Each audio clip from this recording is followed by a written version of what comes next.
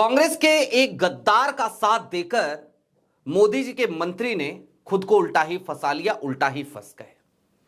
और ऐसा इसलिए क्योंकि कांग्रेस के उस गद्दार का साथ देते हुए एक तरफ जहां मोदी जी के मंत्री को झूठ का सहारा लेना पड़ा, तो दूसरी तरफ उनकी हकीकत, उनकी सच्चाई, या फिर कि यूं कहिए तो डर्टी सीक्रेट, वो राहुल गांधी के सेनापति ने खोजकर निकाली और निकाल के दुनिया के सामने रख दी। बड़ी फजीयत हो गई है, बड़ी थूथू हो गई है, लोग बात कर रहे हैं, लेकिन हां, ये मोदी सरकार है भैया, यहां फर्क कहां किसी को पड़ता है। तो वही बेशर्मी, बेहयाई, थिथरई और गलदुदई जारी रहेगी, इसकी भी पूरी उम्मीद है, लेकिन जरा पर्दे खोलनी तो जरूरी ही है। नमस्कार, मैं स्वप्निल और आप मुद्दा देख रहे हैं। दोस्तों, आगे बढ़े उससे पहले वही छोटी सी अपील। मुद्दा इन दिनों एक गंभीर आर्थिक संकट से जूझ रहा है। एक तरफ हमारे मेन बैंक अकाउंट्स फ्रीज चल रहे हैं, तो दूसरी तरफ हमारे 2.5 साल पुराने चैनल को हमसे लंबे समय तक छीन कर रखा गया था। ऐसे में डे टू डे ऑपरेशंस में मुद्दा को काफी मुश्किलों का सामना करना पड़ता है। लिहाजा आपसे गुजारिश है, यदि आप चाहें तो स्क्रीन पर दिख रहे क्यूआर कोड या फिर के नीचे दिख रहे यूपीआई नंबर के जरिए मुद्दा की छोटी छोटी मदद जरूर कीजिएगा, ताकि हमारी बेबाकी यूं ही बरकरार रहे। अब आगे बढ़ते हैं और जरा सिलसिलेवार तरीके से यह समझने की कोशिश करते हैं कि वो मोदी जी के मंत्री साहब कौन है, उन्होंने कांग्रेस के किस गद्दार का साथ दिया था, और जिस गद्दार का साथ दिया उसके बाद कैसे उनकी खुद की साख, उनकी खुद की गुडविल, जिस पे क्वेश्चन मार्क बहुत दिनों से लगे हुए हैं, आज उसकी एक और नई परत खुल गई। दोस्तों, बीते दिनों एक बड़ा हंगामा कटा। कल मोदी जी ने भी राज्यसभा में अपने अभिभाषण के दौरान उस हंगामे पे एक तल्ख टिप्पणी करी, बेबुनियाद झूठे आरोप लगाए। क्या था वो हंगामा? राहुल गांधी को छेड़ने की कोशिश की थी किसी और ने नहीं, बल्कि बिट्टू साहब ने, रवनीत बिट्टू ने। और उसके बाद राहुल गांधी ने उन्हें गद्दार कहा था, हाथ मिलाने की कोशिश भी की थी। रवनीत बिट्टू उसके बाद यह बयान देते हुए नजर आए थे कि राहुल गांधी मेरे साथ हाथापाई करना चाहते थे। जाहिर सी बात है, भारतीय जनता पार्टी की पहली शर्त यही हो गई है कि हमारे यहां अगर प्रगति करनी है ना, प्रोग्रेस करना है ना, ऊंचाइयों को छूना है ना, तो आपको झूठ बोलने में डिग्री हासिल करनी पड़ेगी। तो झूठ बोल रहे थे रवनीत बिट्टू, लेकिन इनसे भी ज्यादा कई कदम आगे निकल गए हरदीप पुरी, पेट्रोलियम मिनिस्टर थे, हैं। अब मोदी जी के मंत्री साहब ने क्या किया? मोदी जी के मंत्री जी लंबा चौड़ा एक सोशल मीडिया पोस्ट लिखते हैं और उस पोस्ट में बताते हैं कि दरअसल रवनीत बिट्टू को गद्दार कहा जाना राहुल गांधी के जरिए ये सिर्फ रवनीत बिट्टू का नहीं, बल्कि सिख समुदाय का अपमान है। सोचिए, पूरी कम्युनिटी से जोड़ दिया था। अब यह काम किया था रवनीत बिट्टू के पक्ष में बात करते हुए हरदीप पुरी ने, लेकिन हरदीप पुरी, उनका डर्टी सीक्रेट वो सामने आ गया। और सामने रखा किसने? राहुल के एक सेनापति ने, पवन खेरा ने। एप्स्टीन फाइल के कुछ हिस्से फिर से जारी हुए और इन्हीं हिस्सों में एक चीज छिपी बैठी थी जो अब निकल करके सामने आई है। हरदीप पुरी का एक डर्टी सीक्रेट इसलिए हम इसे कह रहे हैं क्योंकि जरा सोचिए तब क्या हो जब हरदीप पुरी एक वीजा एजेंट के तौर पर नजर आए जेफरी एप्स्टीन के लिए काम करते हुए। और मैं ये क्यों कह रहा हूं? आप कहेंगे कि यार वो आईएफएस अफसर रहे, वीजा एजेंट कैसे कह सकते हैं? बिल्कुल ठीक बात है, नहीं कह सकते, लेकिन उन्होंने काम ही ऐसा किया। आपकी स्क्रीन पर 2 मेल मैं आपको दिखाना चाहता हूं। इन दोनों मेल्स को जरा गौर से देखिए। ये 2 चैट्स हैं दरअसल, और इस चैट में, पहले चैट में तो दरअसल होता क्या है कि एप्स्टीन वो सीधे तौर पर यह कहता है कि भाई हमें हमारे असिस्टेंट को एक हेल्प चाहिए, और वो हेल्प ये चाहिए कि आप जो है वो उसे वीजा दिलाने में मदद कर दे, भारत का जितनी जल्दी हो सके, क्योंकि उसको भारत में एक शादी अटेंड करनी है। किसको शादी अटेंड करनी है? जेफरी एप्स्टीन की असिस्टेंट को। अब हरदीप पुरी साहब इस पर असिस्ट करने को तैयार हो जाते हैं, मदद करने को तैयार हो जाते हैं, और सिर्फ तैयार नहीं होते हैं बल्कि वो सीधे तौर पर एक मेल करते हैं। आपकी स्क्रीन पर वो चैट का हिस्सा है, आप देखिए। Pramod, grateful if you could have this done on a priority basis, will request applicant to get in touch with you directly. और Jeffrey ambassador Bajaj who now works with me will organize this. Pramod Sanjeev in New York also copied here in case you want to request him. ये प्रमोद बजाज को, संजीव को, उन्हें बकायदा जो है जोड़ते हैं एप्स्टीन के साथ।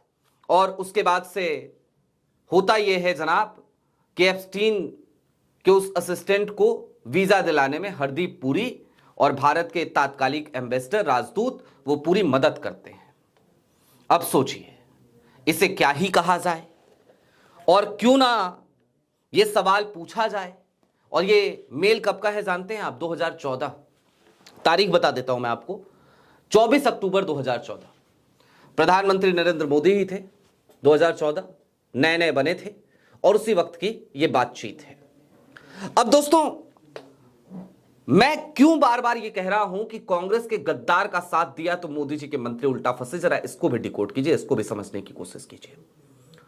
भारतीय जनता पार्टी में ना ऐसे गद्दारों की बड़ी अहमियत है, और ऐसे गद्दारों को अगर कोई कुछ बोल देता है कांग्रेस की तरफ से तो बड़ी बड़ी परेशानी होती है, बड़ी तकलीफ होती है मोदी जी को।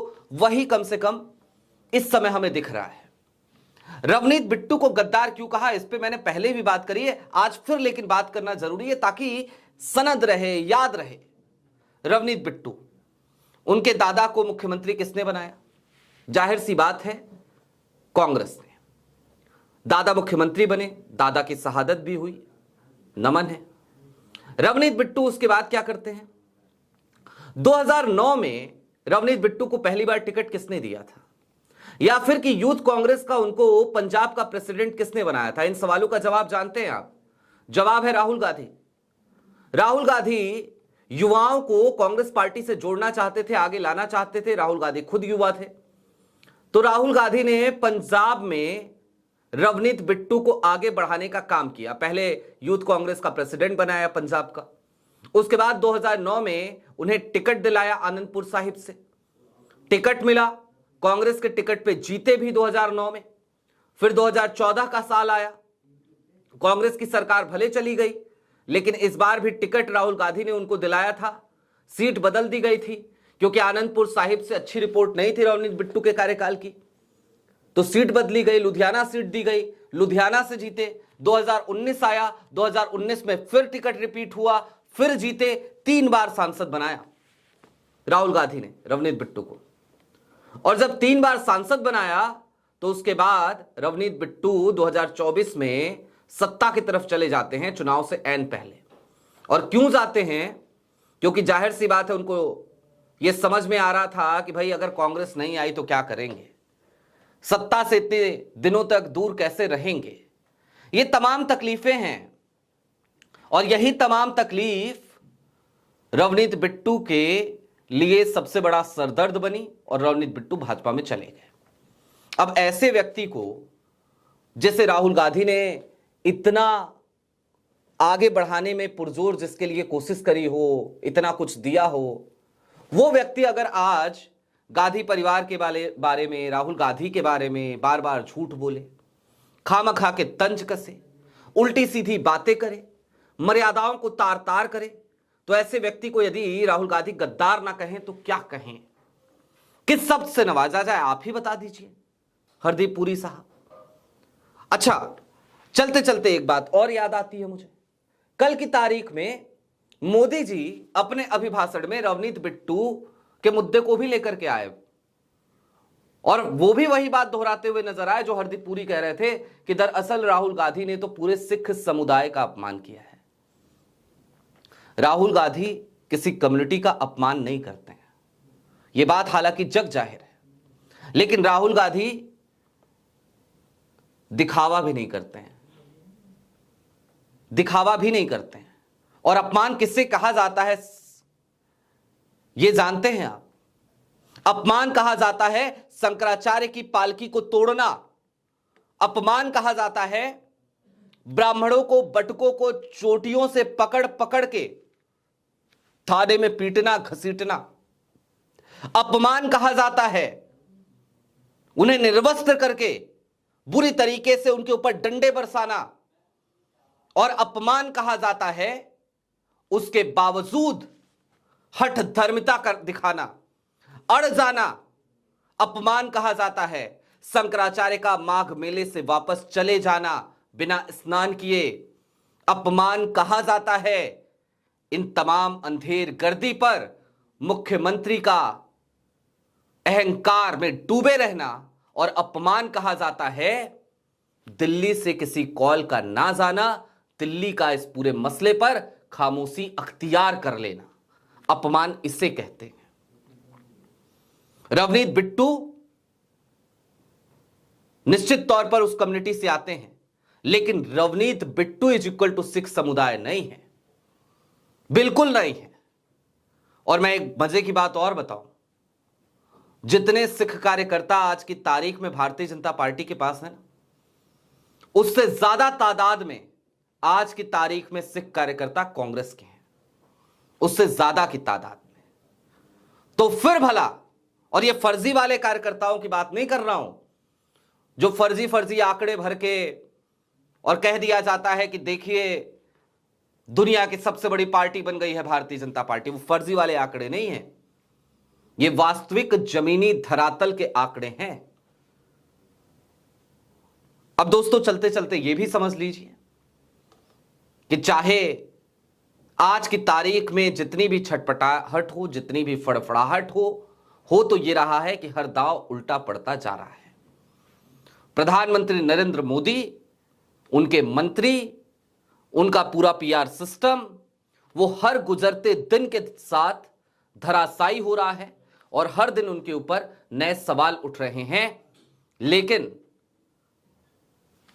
कान पे जू नहीं रेंगती। ये एक बड़ी समस्या है। आपकी क्या राय है कमेंट बॉक्स में जरूर बताइएगा। अभी के लिए दीजिए इजाजत। चलते चलते फिर वही अपील, चैनल पे नए हो तो सब्सक्राइब करते हुए जाइएगा, सक्षम हो तो छोटी छोटी मदद मुद्दा की जरूर कीजिएगा। बहुत शुक्रिया।